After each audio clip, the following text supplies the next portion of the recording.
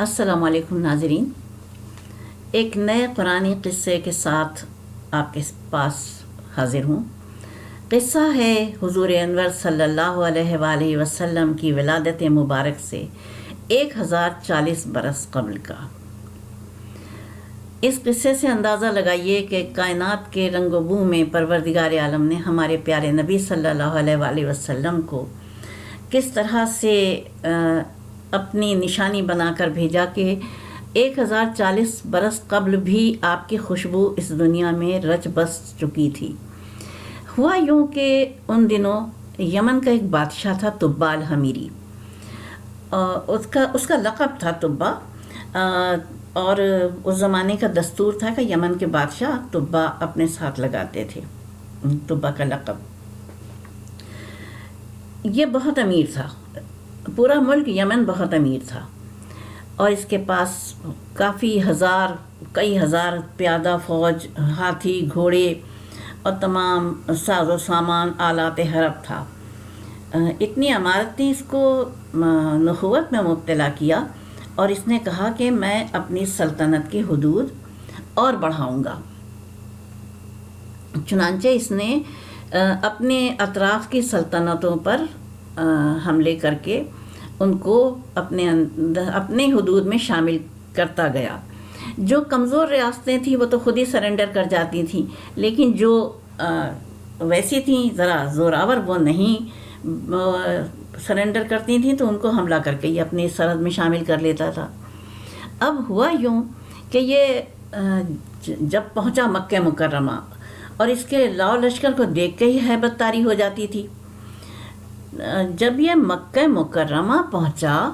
تو نہ اس کی آؤ بھگت کو کوئی شہری آیا، نہ کوئی خاص عمال آئے،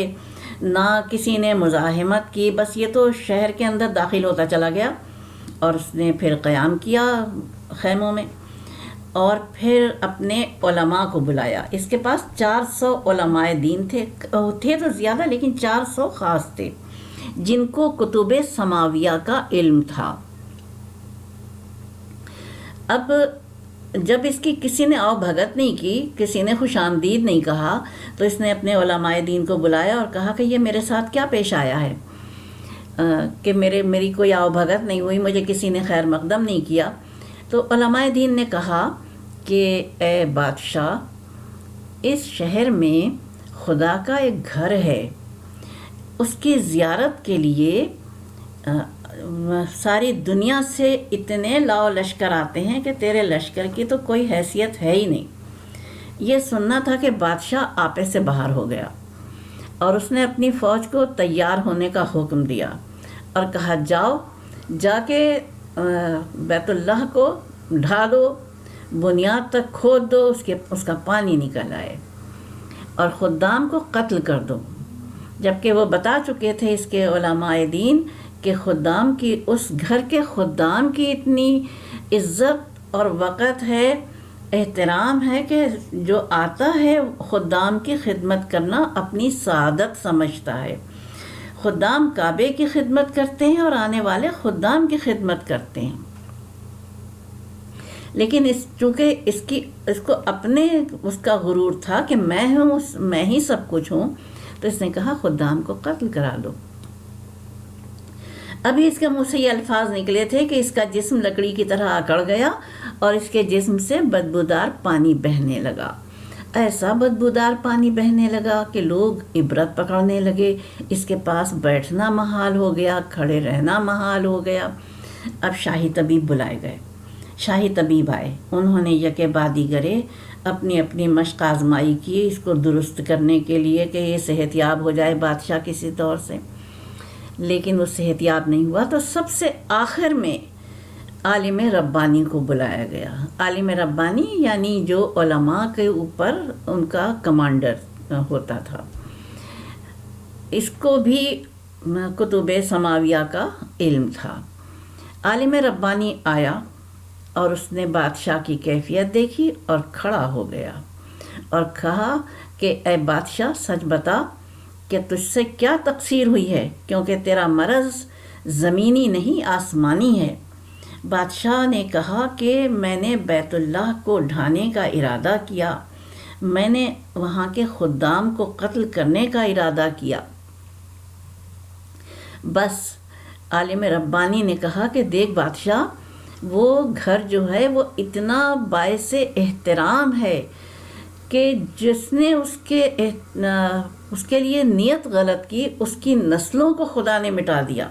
تو اپنے آپ کو دیکھ، تو نے صرف نیت کی ہے لیکن تو مرنے کے قریب پہنچ گیا ہے، اور میں تجھے بتا رہا ہوں کہ تو اپنے آسمانی مرض کا علاج کر، زمینی تو ہے نہیں تجھے کوئی مرض۔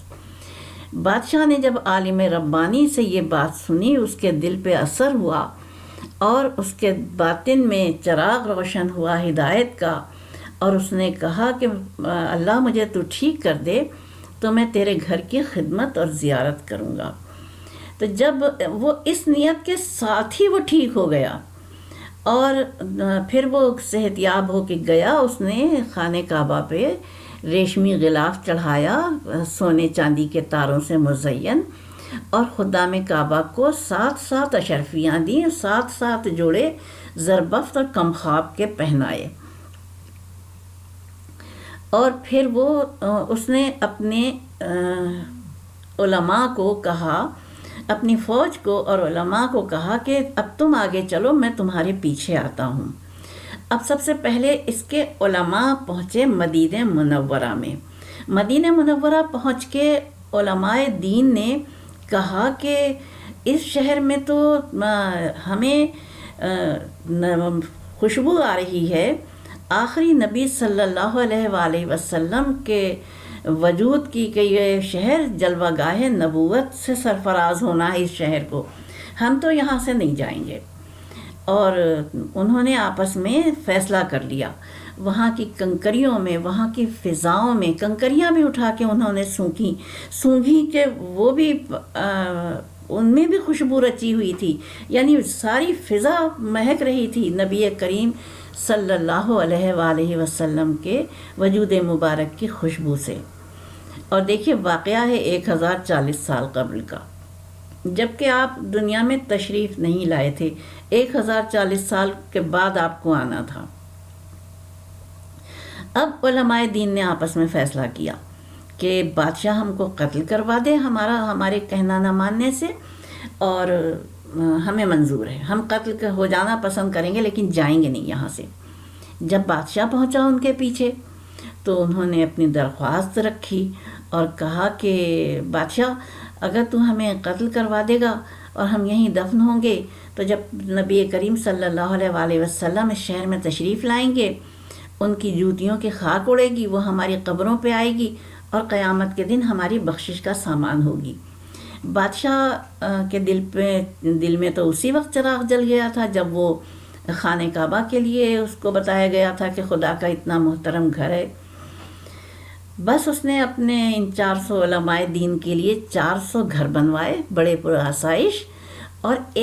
جو 400 علماء کا کمانڈر تھے عالم ربانی، ان کے لیے 2 منزلہ گھر بنوایا۔ اب اس میں جب وہ بن گئے، ان میں آسائش کا سارا سامان اس نے بھروا دیا، عالم ربانی کو 2 منزلہ گھر میں ٹھہرایا، اور ایک خط لکھا پھر نبی کریم صلی اللہ علیہ وآلہ وسلم کے نام اور لکھا کہ میں ایمان لایا ہوں تو بالحمیری کہ آپ اللہ کے آخری نبی ہیں، اور قرآن پاک آپ کے اوپر آپ کے لیے کتاب ہے، آخری کتاب پر بھی ایمان لایا ہوں، اور روز قیامت آپ کا پہلا تابعی میں ہوں، روز قیامت مجھے اپنی شفاعت سے محروم نہیں کیجیے گا۔ اور اس نے خط لکھ کر عالم ربانی کو دیا اور کہا کہ دیکھو میں تو جا رہا ہوں، اگر تمہاری زندگی میں آخری نبی آ جائیں تو تم ان کو میرا خط دے دینا، اور اگر تمہاری زندگی میں نہ آئے تو اپنے بیٹے کو وصیت کر جانا۔ اب دیکھیے ہوا یوں کہ 1040 سال گزر گئے، وہ خط عالم ربانی کی ہی ملکیت میں رہا نسل در نسل، اور ان کی ملکیت میں رہتے ہوئے یہاں تک کہ حضرت ابو ایوب انصاری جو ان کی نسل سے تھے اس وقت، ان کے گھر میں محفوظ رہا۔ اچھا، اب یہ ہوا کہ جب حضور پاک صلی اللہ علیہ وآلہ وسلم نے ہجرت کی، ہجرت مدینہ کی، تو سارا شہر مدینہ خوشی سے نہال تھا، اور بچیاں گیت گا رہی تھیں، اور ہر طرف ایک جشن کا سما تھا، شہر سجایا گیا تھا، اور ہر ایک آپ کی اونٹنی کی مہار پکڑ کے چاہتا تھا کہ وہ اونٹنی اس کے گھر کے آگے بیٹھے تو وہ نبی صلی اللہ علیہ وآلہ وسلم کا میزبان بنے۔ لیکن آپ ہر ایک پر شفقت فرماتے گئے، اور آپ نے فرمایا کہ دیکھو یہ من جانب معمور ہے، اس گھر کے سامنے بیٹھے گی جو اللہ تعالیٰ کے حکم سے اس کے لیے مقرر ہوگا۔ تو جب وہ چلتے چلتے ایک میدان میں بیٹھ گئی پہلے، یہ میدان وہ تھا جہاں لوگ کھجوریں خشک کیا کرتے تھے، اور اس میدان کے نزدیک حضور انور صلی اللہ علیہ وآلہ وسلم کا ننیال بھی تھا۔ اور پھر وہ بیٹھ گئی، اور آپ اونٹنی سے نیچے تشریف لے آئے۔ کچھ دیر کے بعد آپ پھر دوبارہ سوار ہوئے، اور اونٹنی نے پھر چلنا شروع کیا، یہاں تک کہ حضرت ابو ایوب انصاری کے گھر کے پاس جب پہنچے تو وہاں پہ اونٹنی خود بخود بیٹھ گئی، اور آپ اونٹنی سے اتر کے نیچے آئے۔ لوگوں کا ہجوم جمع تھا، اس ہجوم میں آپ نے دیکھا، ایک شخص کو دیکھا، یہ حضرت ابو ایوب انصاری کا ملازم تھا۔ آپ نے کہا ابو لیلہ طبا کا خط تو لے آؤ۔ ابو لیلہ حیران ہو گیا، کیونکہ کسی کا نام ان کو کیسے پتہ چلا کہ وہ ابو لیلہ ہے۔ پھر اس نے خط لا کے دیا، حضور پاک نے اس خط کو پڑھا، اس میں لکھا تھا کہ میں آپ کا پہلا تابعی ہوں، آپ پر ایمان لایا، آپ کی کتاب پر ایمان لایا، اور مجھے روز محشر اپنی شفاعت سے فیضیاب کیجیے گا۔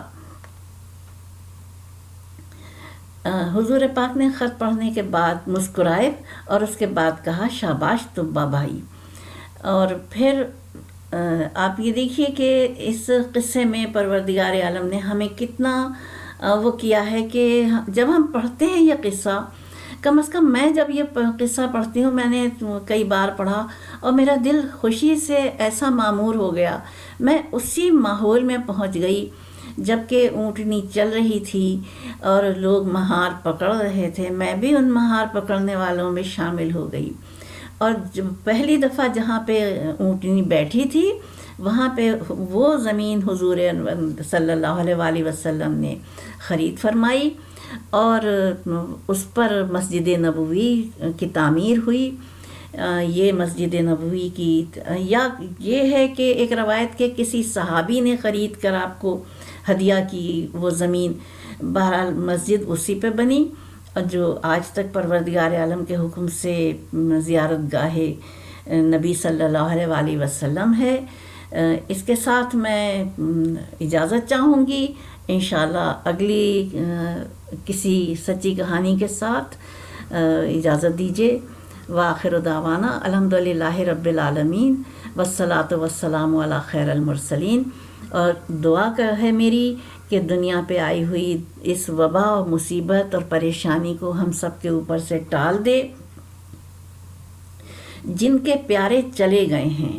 اور بڑے بے یار و مددگار گئے ہیں، جن کو اپنوں کی شکل بھی دیکھنا نصیب نہیں ہوئی، اپنوں کی قربت بھی نصیب نہیں ہوئی، اور وہ موت کی آغوش میں سو گئے، ان کو پروردگار عالم جوار رحمت میں جگہ دے، اور ان کے لواحقین جو پیچھے رہ گئے ہیں پروردگار عالم ان کو صبر جمیل عطا فرمائے، جن کے کفیل چلے گئے ہیں پروردگار عالم تو ان کو اپنی وراثت میں جگہ دے۔ بار الہ تو اپنا فضل و کرم کرو، ساری دنیا سے اب اس وبا اور بلا کو دور کر دے۔ آمین ثم آمین، الہی آمین، فی امان اللہ۔